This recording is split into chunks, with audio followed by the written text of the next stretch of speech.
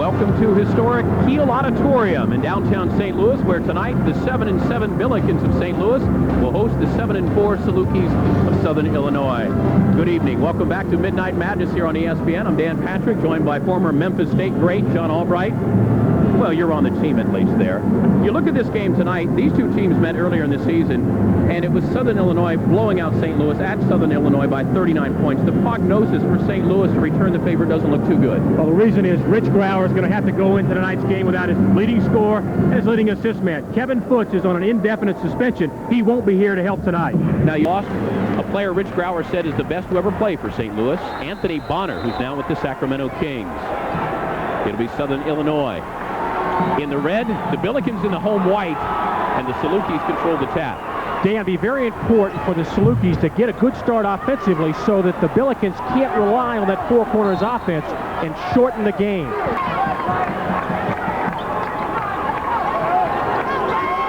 Down to 6 on the shot clock. Stewart's going to have to force one up and got it to drop. Counted it as a 3, and St. Louis takes the early lead. Lawrence returns the favor and nails a 3 as well. Defensively, St. Louis has got to recognize where the shooters for Southern Illinois are. You can't leave somebody wide open. Tatasek couldn't come up with it. Lawrence. Ashraf Amaya.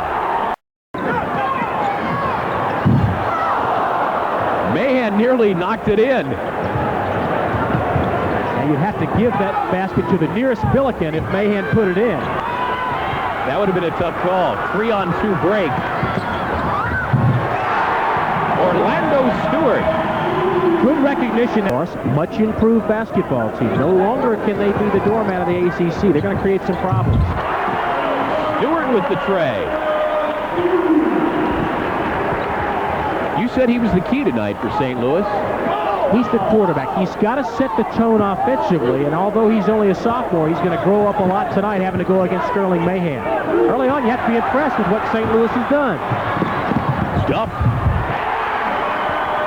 And the Billikens fall to within 1. Effectively from outside at this point. Chris Lowry checks in.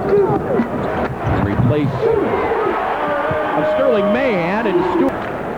Luchtefeld, Duff, Whitman Dillard, Melvin Robinson. In the four corners that Phil Ford in North Carolina made such a deadly weapon. 45-second shot clock has eliminated the success of this on a large scale. But tonight we're seeing it resurrected, being pretty effective here in the first half. That's Duff. With a miss and Dillard with the rebound. Now defensively, once Stewart gives it up, or puts it up in this case, what's the first game he's been back? And he was projected as a starter preseason. Duff with 3. And what may turn out to be 4. There's no way you should even get close to this. Amaya comes in too late. See, he's trying to hold up. Nothing he can do. Catches Duff, but that's an infraction. Gets the question, are they going to say that was after the shot and give him the basketball? Those players, I think they wanted possession of it. They want to say it occurred after the shot, give him the 3-point, then give him the basketball back. But anyway, Duff will be at the line to try to finish off a possible 4-point play.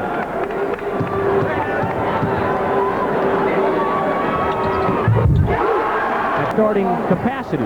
Done a good job tonight. He may reach his average on this time down the floor for his 5th consecutive point. And the Billikens lead up to 4, their biggest of the game. Duff first half, and the Billikens leading it by 4. Dan Patrick along with John Albright. Wait a second again, set the offense up. That's tough. Again, they got the ball inside. Good high percentage shot, just couldn't finish it off. Stewart with the drive, draws the foul, gets the... Duff with the long rebound. Are you still surprised they're not going inside more? Yes, particularly as Pavlovich, you see a couple, that'll extend that zone and leave some openings inside. They've been effective when they've been patient. They can get it inside if they want to.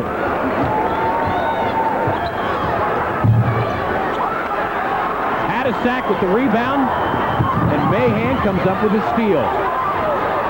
3-on-2 opportunity now. Oh, good steal by Stewart. He's done everything tonight.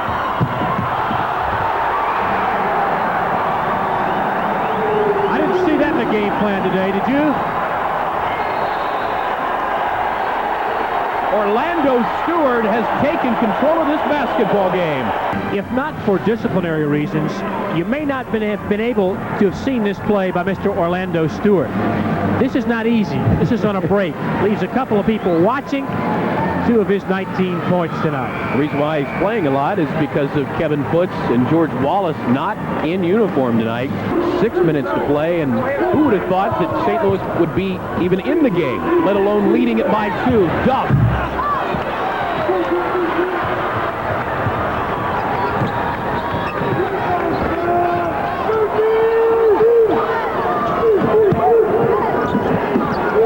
Looking for his third 3 of the night and got it. He has hit some big baskets for Rich Herron tonight. What I'm impressed with, he's not shy about putting it up under pressure. Stewart again.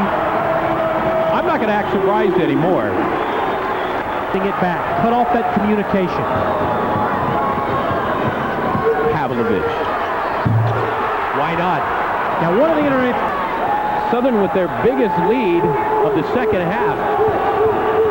Pavlovich played with Vlade Divac on a couple of Yugoslavian national teams, so he has the experience. Coach Rich Herron said he just tries to do too much. He gets too excited. A lot of your foreign basketball players fundamentally aren't as sound as the American players because they don't have the opportunity to grow up through the ranks playing it. This offense has also given Stewart a chance to take a breath. It also gets him in a one-on-one position where he's been deadly. No too much that time, but he comes up with a big steal. For 3. Good!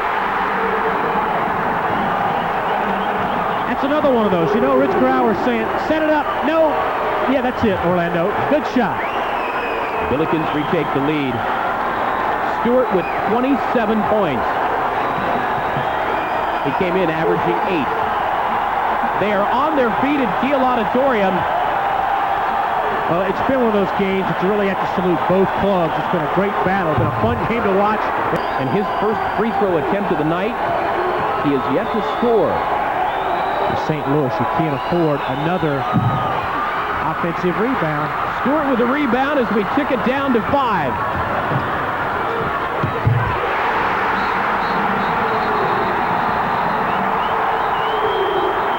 We've got 1 second left on the clock as who else but Orlando Stewart gives the Billikens the lead.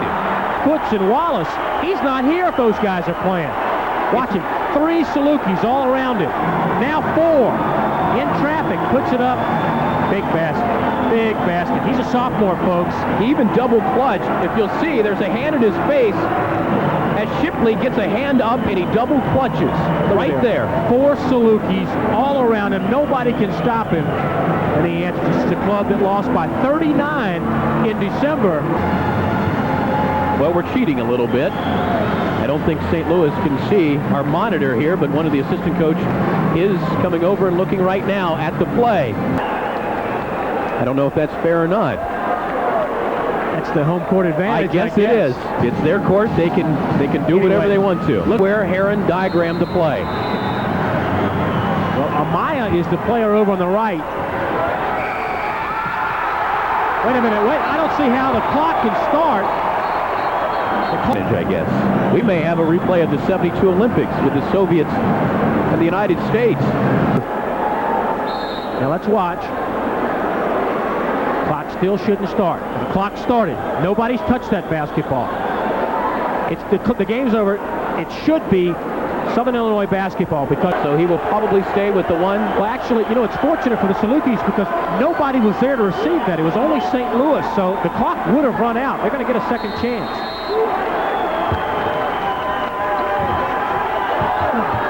Shipley, Mahan for the game winner.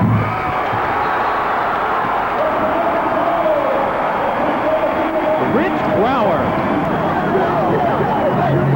You think these guys haven't pulled together?